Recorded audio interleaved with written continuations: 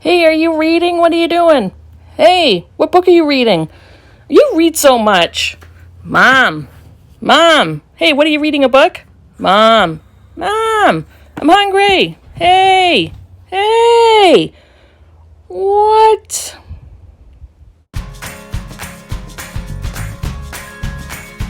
Hey BookTube, it's Kim at Middle of the Book March, and this is my Bookish week for Saturday, June 26th. Yeah, it was a pretty good week. Pretty good reading week. I read two great books. I finished two great books. And I say we, my in real life book group and I, the Critical Chicks, finally met in person. Here's a picture of us. And we have one member who we zoomed in on our laptop. So she's on the laptop. She moved to New Jersey, so whatever. So that's a picture of us from last night. We are all vaccinated. We had a potluck outside in my friend Kathleen's gorgeous backyard with a fire pit, and oh, it was wonderful. It was so much fun. And we haven't laughed that hard in a year and a half. It's been a year and a half since we met in person. We've been meeting on Zoom for that long. So, oh, it was wonderful. We discussed The Lions of Fifth Avenue by Fiona Davis, and I had said already that I finished my previous week, but we actually got to talk about it. The entire group felt the same. We were all very lukewarm about this book. The setting is incredible. It's the New York Public Library, and it goes between 1913 and 1993. And it's about a family who lived in the apartment in the library in 1913, and the husband was the caretaker of the library and head of the maintenance department, all of that. And then it jumps into 1993 to a woman, Sadie, who is actually one of the head librarians for a specific research room in the library. And the timeline goes back and forth. It's a family mystery, family drama. The two timelines are linked by family ties, and yeah, the setting was the best part of the book. I won't pick up another Fiona Davis book. The writing was poor. It was okay. There was nothing about her writing that impressed me. There were several cliches peppered throughout, and it's just kind of, for me, that's a huge red flag. Don't put cliches in your narrative. I was not really interested in paying attention to her writing. It just was not great. And Fiona Davis is a historical fiction writer where if I'm correct, most of her books are centered in New York City, and they're usually regarding a New York City landmark or a historical building or historical event. And this, of course, was centered around the New York City Public Library. So great setting, lovely atmosphere, not so much on the writing. I'm moving. There we go. So what other books did I finish? I finished a book on my Kindle, which I gave 5 stars, and this was super surprising because I wasn't sure how I was going to like this. Okay, I don't even remember what I was saying because I had to edit some stuff out. I don't know. We're all about transparency on this channel. I finished a 5-star book, which was very surprising for me because I wasn't expecting anything from it, but it blew me away. And it is, I'm going to post a picture here, but I have it on my Kindle. It's The Sound of a Wild Snail Eating by Elizabeth Tova Bailey. And I'll put a picture here. It is gorgeous. This is a gorgeous book. It's Elizabeth Tova Bailey is a science writer and journalist. She was in Europe and became extremely ill. Eventually, it caused her to leave and come back to the United States. She's a New Englander. I think she lived in Maine. I think that's it. So she had to come back unexpectedly, shockingly, very ill. She went to doctors. They could not figure out what was wrong with her. She became so ill that she was disabled by this mysterious undiagnosed illness. And this book was published, I believe, in 2010. She lived with this illness for years, and I think she still lives with it. She goes up and down in health. She has relapses. Eventually, I think, if I read correctly, that it was some sort of mitochondrial DNA something. There was some talk of chronic fatigue syndrome. There was, she had an immense amount of paralysis. So she was physically disabled. She was bedbound, could not function independently. She was moved from her old farmhouse in Maine to a studio apartment where she could be looked after more carefully. And a friend of hers brought her a violet plant and put it on her bedside table. And in the plant, the friend found a wild snail, which she placed in the soil.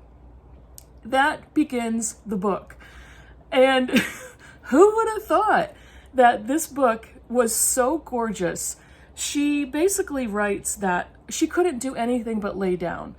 Her disorder causes her to only be able to lay down because when she sits up or stands up, her body can't maintain her blood pressure, and she's almost paralyzed. So she can't even sit up for very long without having to lay back down and rest.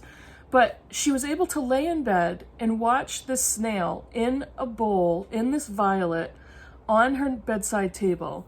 Eventually, the friend upgraded this violet plant to a terrarium that sat on her bedside table with this little snail. And the book goes back and forth between her story and the story of the snail.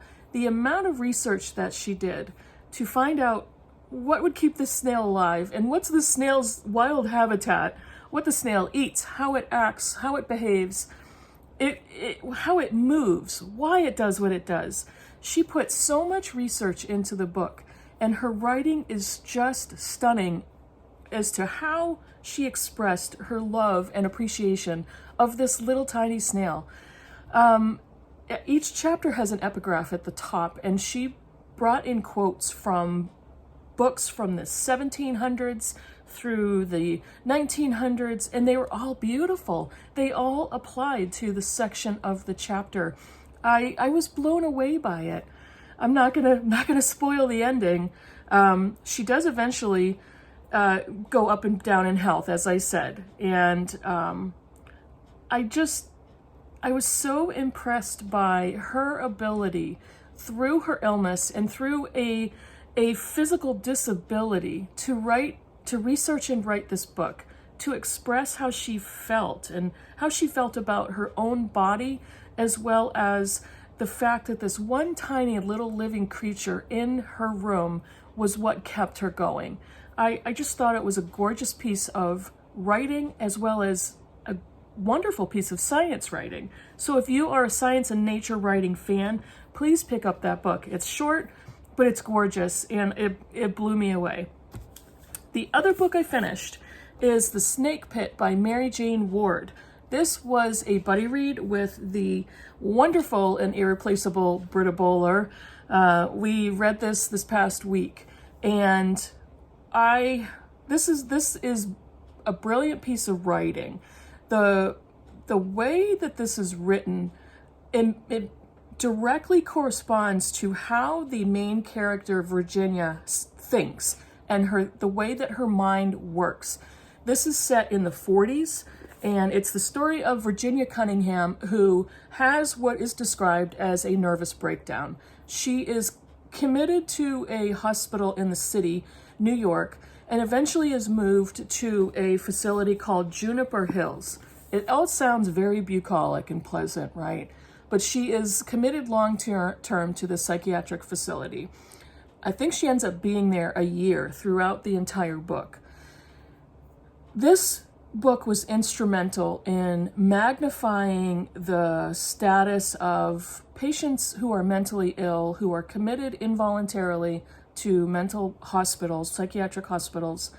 It shined a light on what happens to them, what the medical establishment believed were cures or treatments, what was done to them for punishment, for medical, almost experimentation at some point, what psychiatry thought was going to work to bring these patients out of whatever condition they had so that they could be released back into society. Virginia, the main character, is married to Robert, and it's an interesting relationship in that Robert is kind of the outlier, but you can tell that Virginia relies on him. They haven't been married for very long. They're a youngish couple in the city who are struggling financially, and you think maybe that had something to do with the anxiety she must have been feeling. But the one thing that Ward does not do is she doesn't wrap up this story in a very neat bow where it's a happily ever after. She doesn't concretely tell you, oh, this was her diagnosis. Her family has a long history, so that's why she was mentally ill. There is nothing like that to tell you what happened or how. And honestly, for most patients with a mental illness, that's kind of what it is. There's plenty of diagnoses out there. But the character in the book, I believe, was diagnosed with schizophrenia, and Mary Jane Ward herself was misdiagnosed with schizophrenia and committed to a psychiatric hospital in her day before this book was published. It was because of those real experiences that she wrote this book. Right from the first sentence, I was sucked in, and the first sentence or two reads, "Do you hear voices?" he asked. "You think I am deaf?" "Of course," she said, "I hear yours." It was hard to keep on being civil. She was tired, and he had been asking questions such a long time, days and days of incredibly naive questions. I was immediately pulled into the story. I felt like I was there. I felt like I could visually see the scene, and it just goes on from there.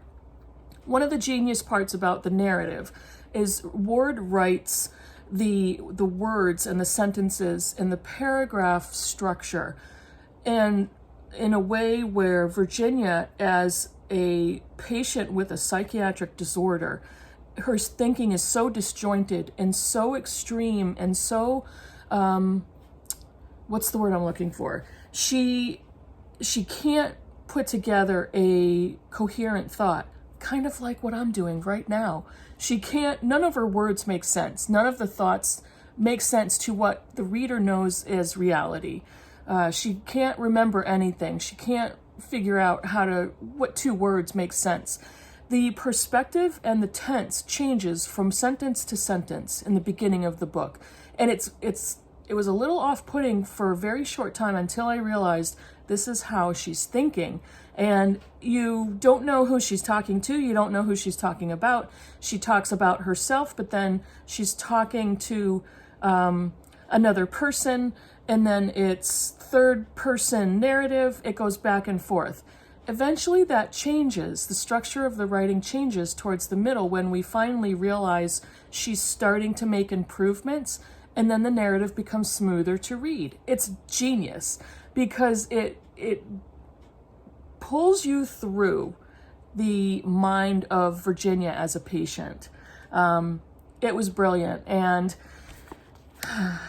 Mary Jane Ward became an advocate for people with mental illness and became an advocate for mental health care. After this book was written and published and made into a movie, she traveled around the country for mental health advocacy. She was also hospitalized several more times after this book came out. And she had a very supportive husband who, Britta and I were talking about this, who probably provided her much of the information to pour into this novel because we didn't know how she could have remembered it in order to write this book.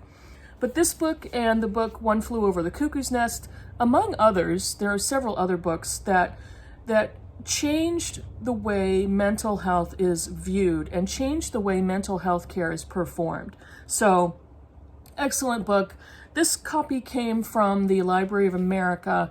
I don't believe this book is in print, or it's not very easy to get, but this is a Library of America copy, and I'm so glad that I picked it up, and I'm so glad I got to read it with Britta. It was a great conversation. We loved it. Okay, those are the two I finished. I am currently reading 3 books, all for the BookTube Prize. I am reading After the Last Border by Jessica Goudeau. I I am on CD number 21 out of 28 of Barack Obama's A Promised Land. Listening to the old school CDs in the car. I'm getting there. I think I have one more week. And I am reading, this is so heavy, Red Comet by Heather Clark, The Short Life and Blazing Art of Sylvia Plath. This one will bring me into July because I think I will finish the other two I just showed you and have July to devote to Red Comet. That's it for what I finished and for what I'm currently reading. I went to a library sale. I'm going to very quickly show you a library sale haul. And I went to a library sale last Saturday. It's a library local to me that has a store, and they have a monthly library sale, and they opened back up a few months back. So I visited yet again. So what did I find? I found the Jane Austen Project by Kathleen A. Flynn, and July is Jane Austen July. And so I might try to get to this one. I have two Austen novels that I want. I have one buddy read with Courtney Ferreter. We're going to read Emma. And I'd like to reread Pride and Prejudice because I have this book and I have a few other Pride and Prejudice retellings that I would love to get to.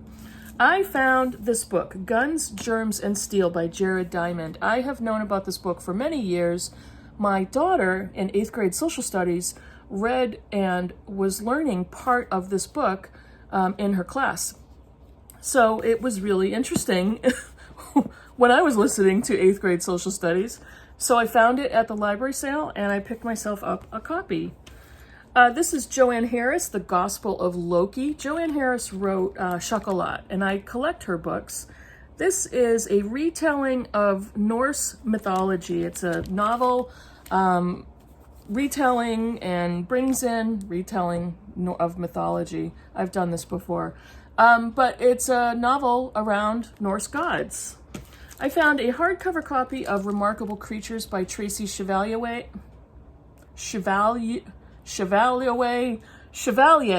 There we go. I'm keeping that in the video. A hardcover copy in wonderful shape of Remarkable Creatures, and it's the library copy, so it's got the Mylar cover on it. So I picked that up. I haven't read this yet, but I have an older paperback copy, so I'm going to replace it with this one. And this was a pretty cool find. I found a hardcover library copy, barely looks read, although it is an older book, of The Name of the Wind by Patrick Rothfuss. Look at that cover. That is not the art that you normally see on the cover of this particular book. And I found The Wise Man's Fear, which I believe is book 2, also in hardcover, barely read. Those are some big chunky books. And my score of the day was this 35th anniversary edition of To Kill a Mockingbird by Harper Lee. It's hardcover, like I said, 35th anniversary edition. This is the title page, and it has deckled edges. I know some of you hate that, some of you love it. I happen to love it, so that I found that. Each of those books was 50 cents. Except for To Kill a Mockingbird, which was $1. Yeah, you know why I love library sales. So that's it for me for this week. So hope you liked the video. It's a little longer this week. Oh well, hope you got this far. If you did, thank you so much for watching. Write me a comment down below, and I will see you in the next video. Bye, everybody.